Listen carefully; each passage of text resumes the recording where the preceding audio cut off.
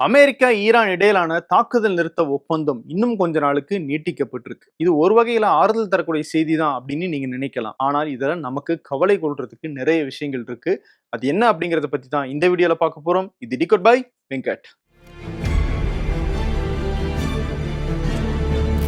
26 வருட நம்பிக்கை, லட்சக்கணக்கான சந்தோஷ திருமணங்கள். கல்யாணம்னாலே தமிழ் மேட்ரிமோனி தான். அமெரிக்கா ஈரான் இடையில போடப்பட்ட தாக்குதல் நிறுத்த ஒப்பந்தம் 14 நாட்களுக்கு பிறகு இன்னைக்கு முடிவுக்கு வந்திருக்கு. கடைசி நாளான இன்னைக்கு, அதாவது இந்திய நேரப்படி பார்த்தோம்னா நேற்று நள்ளிரவு பாகிஸ்தான்ல அமெரிக்காவுக்கும் ஈரானுக்கும் இடையில பேச்சுவார்த்தை நடந்திருக்கணும்.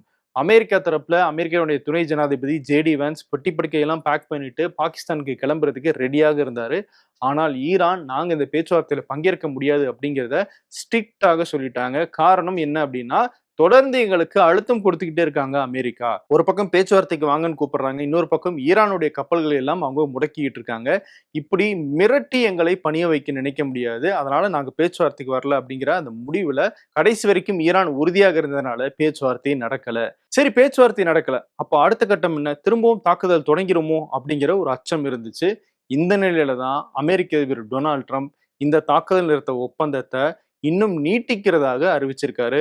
அதுவும் எந்த விதமான நாளையும் குறிப்பிடாம காலவரையின்றி நீட்டிச்சிருக்கிறதாக அறிவிச்சிருக்காரு. பாகிஸ்தானுடைய பிரதமர் ஷெபாஸ் ஷெரீப், ஃபீல்டு மார்ஷல் அசிம் முனீர் இவங்க 2 பேரும் கேட்டுக்கொண்டதுக்கு இணங்க தான் நாங்க ஈரான் மேல தாக்குதல் தொடங்காம இந்த தாக்குதல் நிறுத்த ஒப்பந்தத்தை இன்னும் நீட்டிக்கிறோம் அப்படின்னு டொனால்ட் ட்ரம்ப் அறிவிச்சிருக்காரு. இது ஒரு காரணமாக இருந்தாலும், இன்னொரு பக்கம் நம்ம நேத்து வீடியோல சொல்லியிருந்தோம், டொனால்ட் ட்ரம்ப்புக்கு தொடர்ந்து அழுத்தம் வந்துகிட்டே இருக்கு. குறிப்பா உள்நாட்டுல ஏகப்பட்ட செலவு இந்த போர்ல அவங்களுக்கு ஏற்பட்டுக்கிட்டு இருக்கு. அந்த செலவை எல்லாம் குறைக்கணும் அப்படின்னு டொனால்ட் ட்ரம்ப்புக்கு அழுத்தம் வந்துகிட்டே இருந்துச்சு.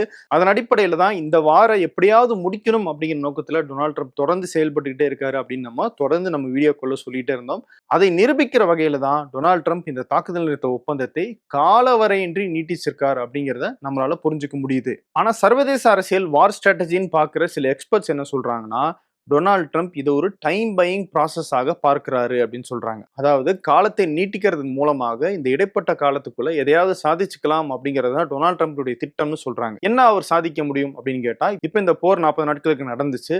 அந்த போர்ல ஈரானுடைய ஏவுகணைகளை தகர்க்கிறதுக்காக தங்களுடைய வான் பாதுகாப்பு அமைப்புகள்ல ஏகப்பட்ட ஏவுகணைகளை அமெரிக்காவும் இஸ்ரேலும் செலவு பண்ணியிருக்காங்க. நிறைய ஸ்டாக்ஸ் காலியாகி இருக்கு. அதையெல்லாம் ரீஃபில் பண்ணணும், அந்த ஆயுதங்களை எல்லாம் ரீஃபில் பண்ணணும் அப்படின்னா அதுக்கு ஒரு டைம் தேவைப்படும். அந்த டைமாக தான் இந்த தாக்குதல் நிறுத்த ஒப்பந்தத்தை நீட்டிக்கிற இந்த டைமை டொனால்ட் ட்ரம்ப் பயன்படுத்துறாரோ அப்படிங்கிற ஒரு பார்வையை இந்த எக்ஸ்பர்ட்ஸ் எல்லாம் வைக்கிறாங்க. இதுக்கு இன்னொரு அர்த்தமும் இருக்கு. அதாவது ஒருவேளை ஈரான் இந்த பேச்சுவார்த்தைக்கு ஒத்துக்கல, இவங்க சொல்றது எல்லாம் கேட்கல அப்படின்னா திரும்பவும் ஈரான் மேல தாக்குதல் நடத்தப்படும். அந்த தாக்குதலுக்கு தேவையான ஆயுதங்களை ரீஃபில் பண்றதுக்கான ஒரு நேரமாக தான் அமெரிக்கா இது யூஸ் பண்றாங்க அப்படிங்கிறது தான் இந்த எக்ஸ்பர்ட் சொல்றது.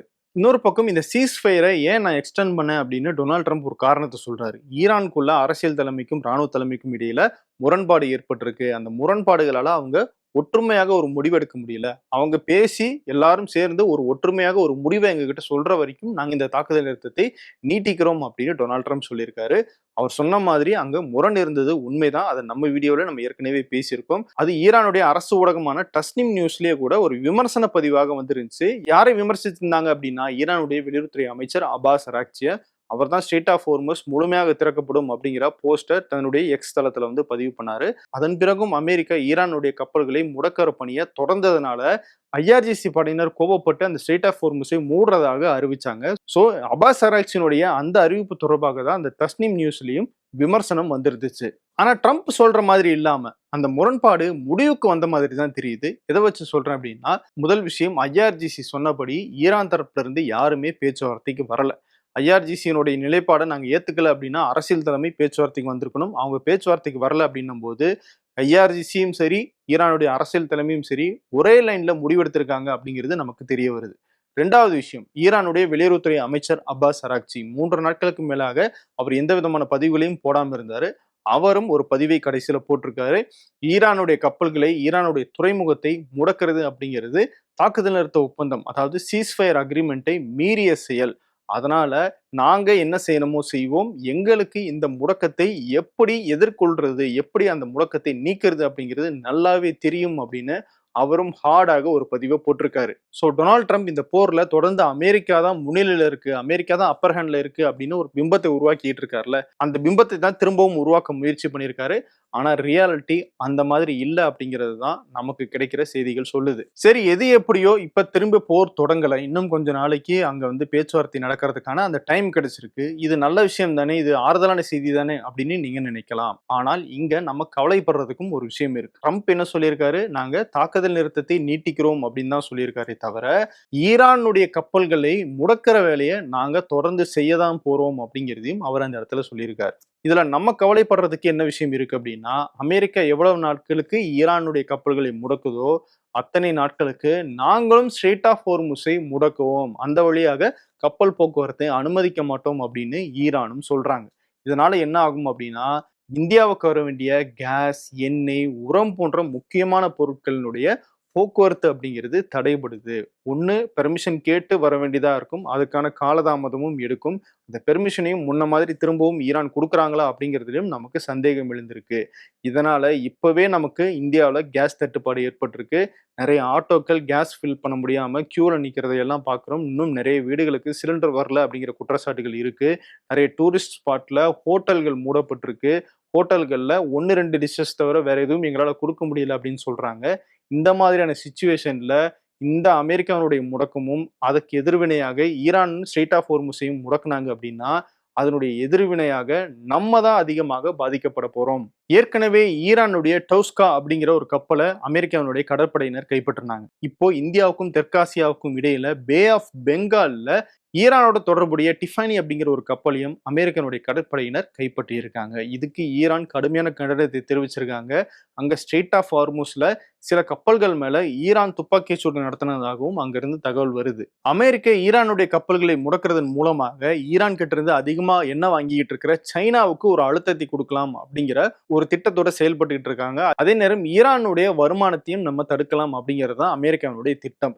ஆனால் இப்ப இருக்கிற நிலைமைக்கு ஈரானால இன்னும் சில நாட்கள் இந்த முடக்கத்தை தாக்கு பிடிக்க முடியும் அப்படின்னு ப்ளூம்பர்க் செய்தி நிறுவனம் சொல்றாங்க. சோ இவங்க 2 பேருமே திரும்பவும் போரை தொடங்கல அப்படின்னாலும் இவங்க ஏற்படுத்திட்டு இருக்கிற இந்த முடக்கம் அப்படிங்கிறது உலக அளவுல திரும்பவும் பொருளாதார பிரச்சனைகளை தீவிரப்படுத்த தான் போகுது. அதனால காலவரையின்றி நாங்க தாக்குதல் நிறுத்தத்தை அமல்படுத்தியிருக்கோம் அப்படின்னு டொனால்ட் ட்ரம்ப் சொன்னாலும் அதை நல்ல விஷயமாக நம்ம ஏத்துக்க முடியாது. எவ்வளவு சீக்கிரமாக இந்த 2 நாடுகளும் பேச்சுவார்த்தைக்கு வந்து அவங்களுக்குள்ள ஒரு உடன்பாடு ஏற்பட்டு கப்பல் போக்குவரத்து திரும்பவும் சீரடையுதோ அவ்வளவு சீக்கிரம் நம்மளும் இங்க கேஸ் தட்டுப்பாட்டுல இருந்து மீண்டு வரலாம். ஈரானுடைய ஐஆர்ஜிசி படையினரும் நாங்க இந்த தாக்குதல் நிறுத்த ஒப்பந்தத்தை ரொம்ப கவனமாக தான் பார்த்துக்கிட்டு இருக்கோம். இந்த காலகட்டத்துக்குள்ள எதிரி என்ன செய்யறாங்க அப்படிங்கிறத நோட் பண்ணிட்டே தான் இருக்கும். ஏதாவது அத்துமீறி செய்ய முயற்சி பண்ணாங்க, ஏதாவது தாக்குதல் நடத்தினாங்க அப்படின்னா அவங்க கற்பனை பண்ண முடியாத அளவுக்கு பதிலடி கொடுக்கறதுக்கு நாங்க ரெடியாக தான் இருக்கோம் அப்படின்னு ஐஆர்ஜிசி படையினர் சொல்லியிருக்காங்க.